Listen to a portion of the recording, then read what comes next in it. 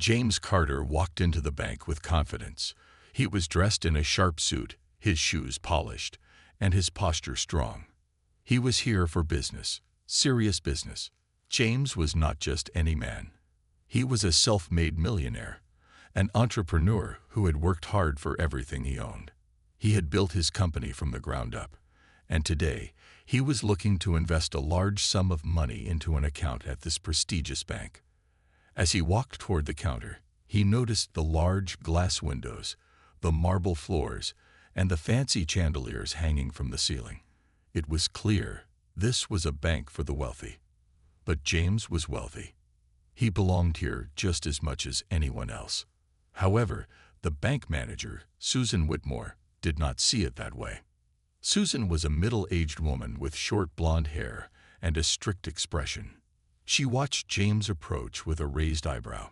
She glanced at his dark skin, then at his expensive suit, then back at his face, her lips pressed into a thin line. When James reached the counter, he greeted her politely. "Good afternoon. I'd like to open a new investment account." Susan crossed her arms. "Are you sure you're in the right place?" she asked, her tone sharp. James kept his smile. "Yes, I am. I'd like to speak with someone about transferring a large sum into an account here." Susan's eyes narrowed. She leaned forward slightly, as if trying to find something wrong with him. "We don't offer basic accounts here," she said in a clipped tone. "Maybe you should try a different bank. There are plenty of options downtown." James blinked. "I don't need a basic account," he said calmly. "I need a high-value investment account. I believe your bank offers those, correct?" Susan's expression did not change. "Our investment accounts require a minimum deposit of $500,000, she said, her voice slow, as if she thought he wouldn't understand. James nodded. "That won't be a problem." But Susan still did not check his details. Instead, she let out a small, mocking laugh. "Sir, I think you should try somewhere more suitable for your needs." James stared at her, his patience thinning. "I would like you to check my records. Here is my bank card." He pulled out a platinum bank card and placed it on the counter. The card was sleek and shiny, a clear sign of wealth. Susan, however, did not even look at it. Instead, she let out a dramatic sigh and shook her head. "Sir, we cannot help you. Please don't waste my time." The room suddenly felt tense. A few customers nearby turned their heads, sensing something was wrong. James stood still for a moment, taking a slow breath. He had dealt with situations like this before. But this time, he was not going to just walk away. His voice was calm but firm. "Then I would like to speak to your senior manager." Susan smirked. "I am the senior manager. Now, please leave before I call security." James narrowed his eyes. Susan had no idea who she was dealing with, and she had no idea what was about to happen next. James couldn't believe what he was hearing. The bank manager, Susan Whitmore, was acting as if he didn't belong in the prestigious bank. His patience was starting to wear thin. Standing there in front of her, he felt a wave of disbelief wash over him. He had worked hard for every penny of his fortune, and here she was, telling him to leave without even checking his details. He didn't raise his voice, but his eyes grew more serious. "I don't think you understand who I am," he said, his words measured. Susan smiled with a little shake of her head, her eyes full of pride. "Oh, I understand perfectly well, Mr. Carter," she said, her tone cold. "People like you don't have accounts here." James's face remained calm, but his heart began to beat a little faster. It wasn't the first time someone had underestimated him because of his appearance. He was used to it, but he wasn't going to let this woman get away with it. He slowly reached into his pocket and pulled out his platinum bank card, sliding it across the counter toward her. The card was sleek and shiny, a sign of his wealth and business success. Susan glanced at it briefly and then dismissed it with a flick of her hand. "I'm sorry," she said, her voice dripping with sarcasm, "but I don't think that card is valid." James didn't flinch. Instead, he took a step closer and leaned in slightly, making sure she could see the serious look on his face. "Please check my records. You'll find that I have plenty of funds to meet your requirements," he said, his voice steady. Susan, however, didn't seem interested in checking anything. She shook her head slowly. "I'm not going to waste my time," she said with a shrug. "It's clear you don't belong here. I suggest you find a more suitable place for your kind." That last comment hit James harder than he wanted to admit. He had heard words like that before, but it still stung. He wasn't angry. He was disappointed. Disappointed in Susan. Disappointed in how she saw him because of the color of his skin. But James had always been the bigger person. He had learned to deal with moments like this with grace. He kept his voice calm and polite. "I'd like to speak to your manager," he said, trying to keep his tone neutral. Susan laughed softly under her breath. "I am the manager," she said, looking at him like he was wasting her time. "Now, please leave before I call security." James felt the heat rise in his chest, but he didn't let it show. He could feel the eyes of the other customers watching. Their curiosity piqued.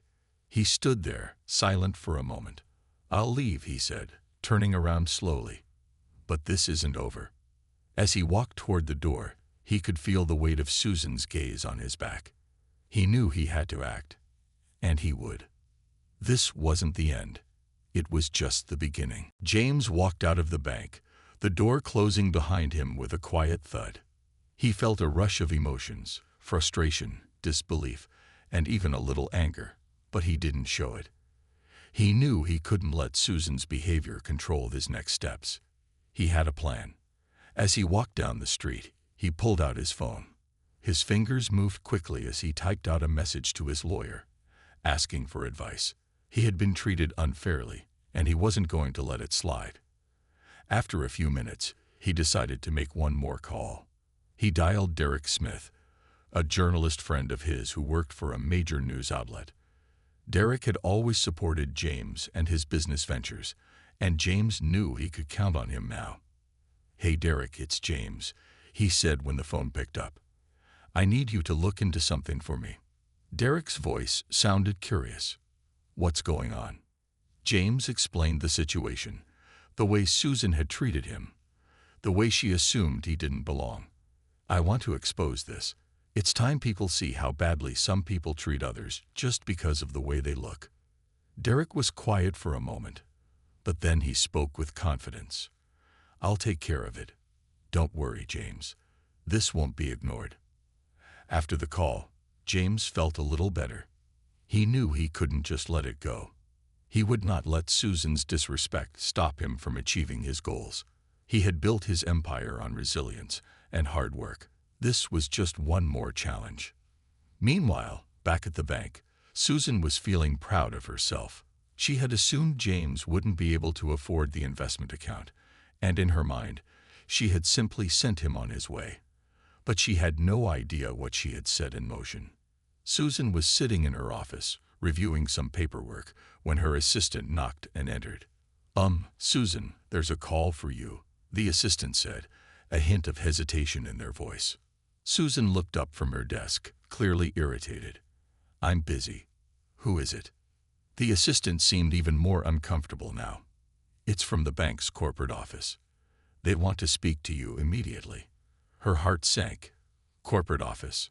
Susan picked up the phone, her hands suddenly cold. "Hello." The voice on the other end was calm but firm. "This is Mark Evans from the corporate office. We've received a report about an incident today." Susan's stomach twisted. She knew immediately that this had to be about James. She tried to explain, but the voice on the other end cut her off. "We're looking into it. You'll need to meet with the regional manager tomorrow morning. Don't speak to anyone about this in the meantime." Susan's mind raced. She had no idea what had gone wrong. As far as she was concerned, she had done her job. She had just turned away a customer who wasn't a good fit for their bank. But deep down, she knew things were about to spiral out of control. The next morning, as soon as James woke up, he checked his phone. His inbox was flooded with messages, and his heart skipped when he saw one from Derek Smith, the journalist friend he had called the day before. The email was short, but it was clear. I've already spoken to some people at the bank. This story is going to be big. They're going to regret it. James smiled to himself, feeling a sense of calm wash over him. He had made the right move by reaching out to Derek. Now, it was time to see things unfold. Meanwhile, in the bank, Susan was sitting in the waiting area, nervously adjusting her clothes.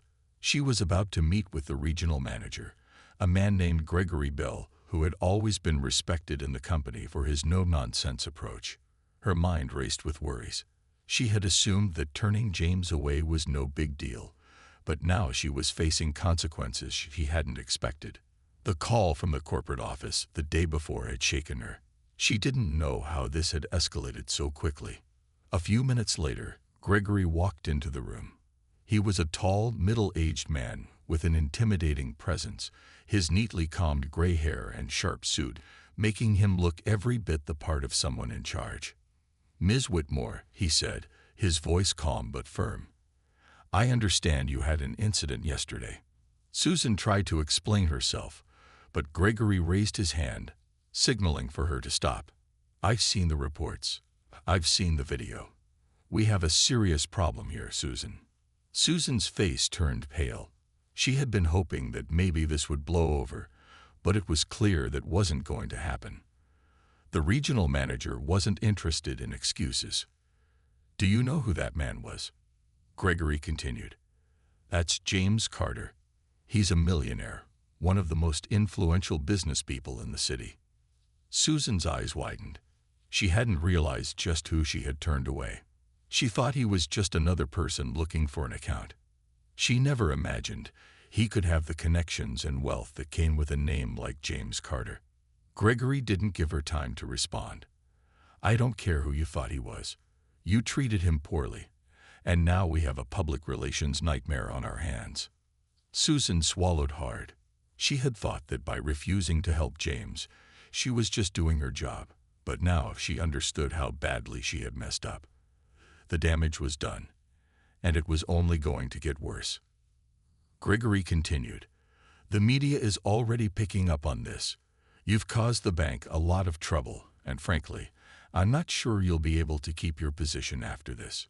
Susan felt the blood drain from her face. She had been so sure of herself the day before, but now everything was falling apart. She had no idea how to fix it. James, on the other hand, was enjoying a quiet breakfast at his home, knowing that soon the truth would come out. The news about the incident was already starting to spread, and the public was beginning to question why someone like Susan was allowed to work at such a high level in a company that claimed to pride itself on professionalism. James felt confident that he had done the right thing, but he also knew this wasn't just about him anymore. This was about making sure that others wouldn't have to face the same treatment. And now it was too late for Susan to stop what was coming. The fallout from the incident at the bank was fast and intense. James had made the decision to go public, and within hours, the story was everywhere. News outlets picked it up quickly, and soon, the story of how a bank manager had wrongly turned away a black millionaire because of her own biases was spreading like wildfire. James watched the news unfold from the comfort of his living room. He wasn't angry anymore. Instead, he felt a sense of satisfaction that this issue was finally being addressed in a way that could spark real change. The media was all over the story. The headlines were everywhere. "Bank manager refuses service to successful businessmen. The shocking truth revealed," and "Racism in banking. One man's fight against discrimination." James knew it wasn't just about him. This story was a chance to bring attention to an issue that many people faced but didn't always speak about. The public outcry was huge. People were angry that someone with such a clear track record of success had been treated so unfairly based purely on assumptions.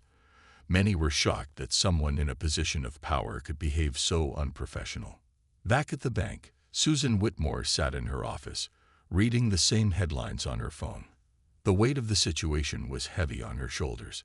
She had thought she was simply doing her job, but now she realized how badly she had messed up. Her phone rang, and she saw the name of her regional manager, Gregory Bell, on the screen. With a deep sigh, she answered. "Ms. Whitmore." Gregory's voice was stern. "We need to talk." Susan braced herself. She knew what was coming. The pressure from the media and public was too strong to ignore.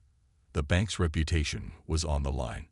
She had acted with arrogance and a lack of judgment, and now it was costing the bank. "I've already spoken to corporate," Gregory continued. "There will be an investigation. You are suspended from work until further notice." Susan's heart sank. She tried to explain herself, but Gregory cut her off. "Your actions have already caused significant damage. It's not just the money. We've lost the trust of our customers. I need you to pack your things and leave immediately. I'll be in touch with further steps." Susan put down the phone, feeling like the ground had just been pulled from under her. She was being fired. It was hard to accept, but she knew it was deserved. Her career, the one she had worked so hard for, was slipping away. James, on the other hand, was busy getting calls from his lawyers. The lawsuit he had filed against the bank was moving forward, and he could feel the momentum growing. He wasn't just taking a stand for himself. He was taking a stand for everyone who had been discriminated against or overlooked. In a matter of days, he was scheduled to give an interview on national television. The bank's corporate team was scrambling to manage the public relations disaster, but it was too late. The damage had already been done. As James prepared for the interview, he couldn't help but think about the bigger picture. This wasn't just about one person's experience. It was about creating a world where people were treated with respect, no matter their background. James could feel the weight of his decision. The media storm had only just begun, but he knew that it was already making a difference. The story about the bank manager who had dismissed him so rudely had gone viral. It was all anyone was talking about. People who had never met James, people from all walks of life, were speaking up in his defense. Social media was full of posts expressing outrage. People were sharing their own stories of unfair treatment, many of them in the banking world. James was not alone, and the voices of many others were joining his. The public was demanding answers from the bank. Why had Susan Whitmore acted in such a way? How could someone in her position be allowed to treat a potential client like that? The bank's reputation was on the line, and they were now scrambling to fix the damage. Meanwhile, Susan had been suspended from her job. She sat at home, her phone silent, her thoughts running wild. She couldn't believe how quickly everything had unraveled. One simple decision had caused everything she had worked for to fall apart. Her suspension was only the beginning. The investigation into her actions had already started, and the bank had announced that they were reviewing her entire career. The news didn't just stop at the bank's internal team. It had reached the public. There were calls for accountability, and people were demanding that Susan be fired. She felt trapped, unable to undo the damage she had caused. Susan had tried to justify her actions in the beginning, but now she understood the gravity of her mistake. The comments from her colleagues, the calls from her superiors, it was clear she had crossed a line that could never be uncrossed. Her professional career was crumbling, and she was filled with regret. She had let her prejudices cloud her judgment, and now she was paying the price. On the other hand, James was beginning to see the fruits of his decision to take action. The lawsuit he had filed against the bank was gaining momentum. His legal team was working hard, and he knew that they had a solid case. This was not just about one incident. It was about addressing a broader issue of discrimination that still existed in certain industries. As the days passed, James received messages of support from many different people. Some were business leaders, others were everyday people who had been affected by similar experiences. They thanked him for speaking out and vowed to stand with him in his fight for justice. James realized that this wasn't just about him anymore. It was about fighting for equality and raising awareness about the unfair treatment that many people, particularly people of color, still faced every day. But he didn't want to stop there. James was determined to make real change. He knew the journey ahead would not be easy, but he was ready. He had already accomplished so much, and now he had the chance to use his platform to help others. As James prepared for his upcoming interview on national television, he took a deep breath. This was his moment to speak for those who had been silenced, for those who didn't have the courage or opportunity to stand up. The day of the interview finally arrived. James stood in front of the television cameras, feeling a mix of excitement and nervousness.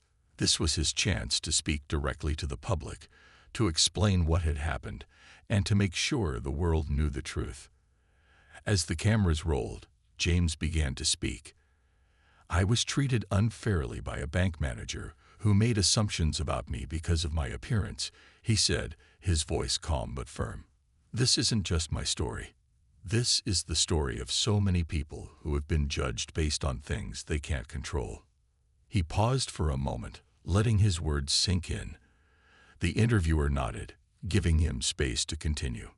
"I know that many people have faced similar treatment in different places," James continued.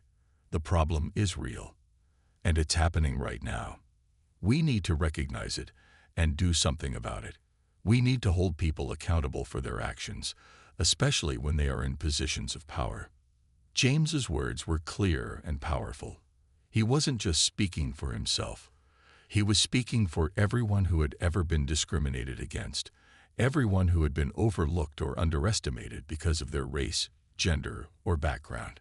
His message was simple: everyone deserves respect, no matter where they come from. As the interview went on, more and more people tuned in. The response was overwhelming. People from all walks of life shared their stories, using the hashtag James had started, #RespectEveryone, and it quickly became a trending topic online. The conversation around racial bias in banking and other industries was now impossible to ignore. Meanwhile, back at the bank, the situation was getting worse for Susan. The public outcry was growing, and it wasn't just from the media. Customers began pulling their accounts, many citing the incident with James as the reason. The bank's leadership had to respond, and fast. Inside the bank's headquarters, the CEO and other top executives were in a meeting. "This is getting out of hand," the CEO said, pacing around the room. "We need to take action now.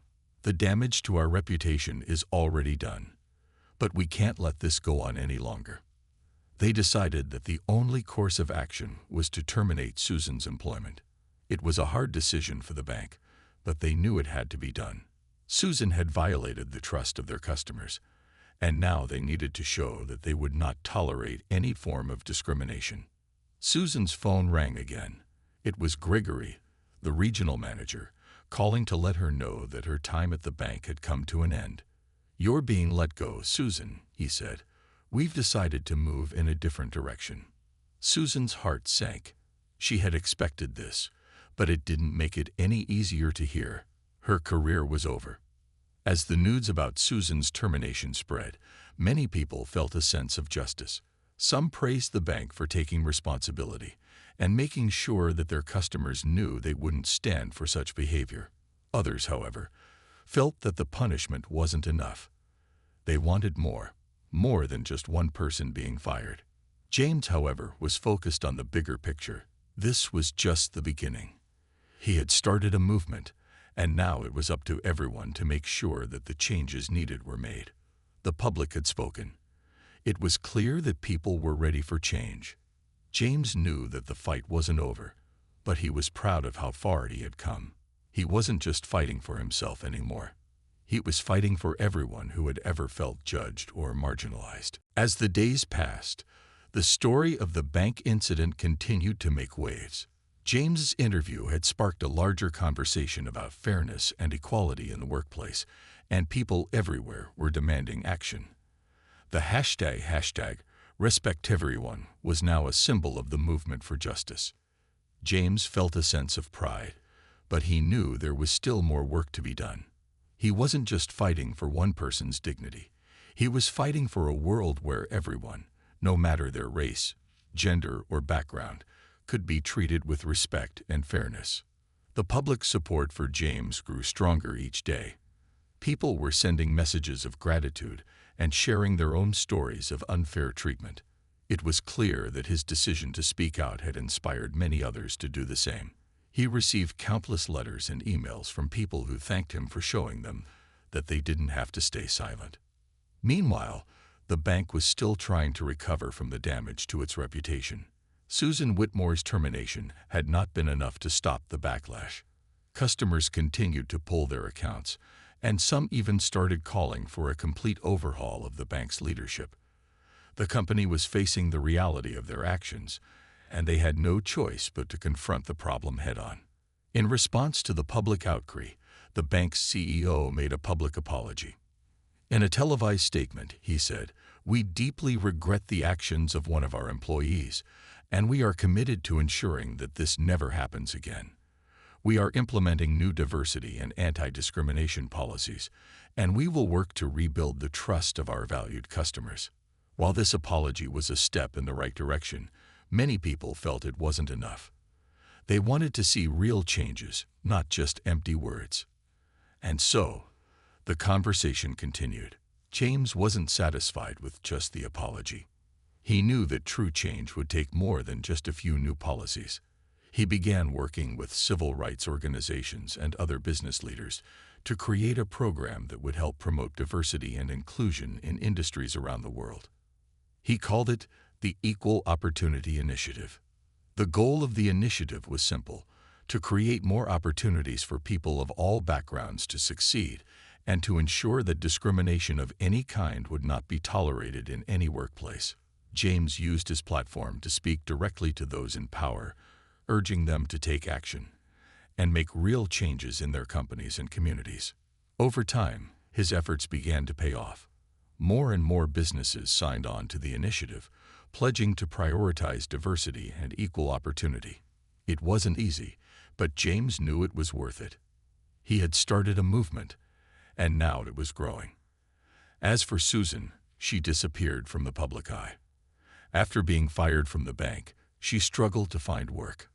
The reputation she had built over the years was now tarnished, and she found herself questioning the choices she had made. The consequences of her actions would follow her for the rest of her life. But James was focused on the future. He had won, not just for himself, but for everyone who had ever been treated unfairly. The battle for equality wasn't over, but he had shown the world that one person's voice could make a difference. James had made his mark, and he was just getting started. Months had passed since the incident at the bank. James had made great strides toward creating a more inclusive and fair world. His efforts were paying off.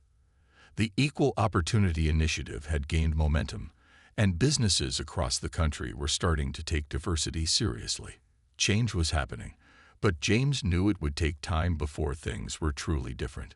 One day, as James was sitting in his office, he received a letter. It was from Susan Whitmore. He opened it slowly, not sure what to expect. The letter was brief, but it was sincere. "Dear Mr. Carter, I am writing to apologize for my actions and the harm I caused. I have spent months reflecting on what happened, and I realize now that I made a terrible mistake. I allowed my biases to affect my judgment, and I deeply regret treating you the way I did. I have since sought counseling and taken steps to become a better person. I know that words cannot undo what I've done, but I hope you can find it in your heart to forgive me. Sincerely, Susan Whitmore." James read the letter twice. Considering her words, he had never expected an apology, and yet here it was, written with real sincerity. He sat back in his chair, thinking about how far things had come since that day at the bank. He could feel the weight of the journey. For a moment, he wondered if Susan truly understood the depth of the harm she had caused. But he also recognized that people could change. Forgiveness didn't mean forgetting, but it could mean offering someone the chance to learn from their mistakes and grow. James wasn't about to let his pain hold him back from making the world a better place. He took a deep breath, picked up his pen, and began to write a response. "Dear Susan, thank you for your letter. I appreciate your honesty and your willingness to take responsibility for your actions. It takes courage to reflect on our mistakes, and I believe that real growth comes from acknowledging them. I have moved forward from this situation, and I encourage you to keep growing as well. I wish you the best on your journey. Sincerely, James Carter. James sent the letter, feeling a sense of peace. He knew that forgiving Susan didn't erase the hurt she caused, but it was a step toward healing, not just for him, but for everyone involved. He had shown the world that standing up for what was right could lead to positive change, and now he was showing that he could be the bigger person. As he looked out his office window, he thought about everything that had happened. The road hadn't been easy, but he had learned valuable lessons along the way. Sometimes doing the right thing meant standing alone, but it also meant inspiring others to join you. James's work wasn't over. The fight for equality and fairness would continue, but he had taken the first steps. And as he moved forward, he knew that his actions had made a difference. The lesson was clear. Change starts with us. We have the power to shape the world around us, one choice at a time. And with that, James smiled. He was ready for whatever came next.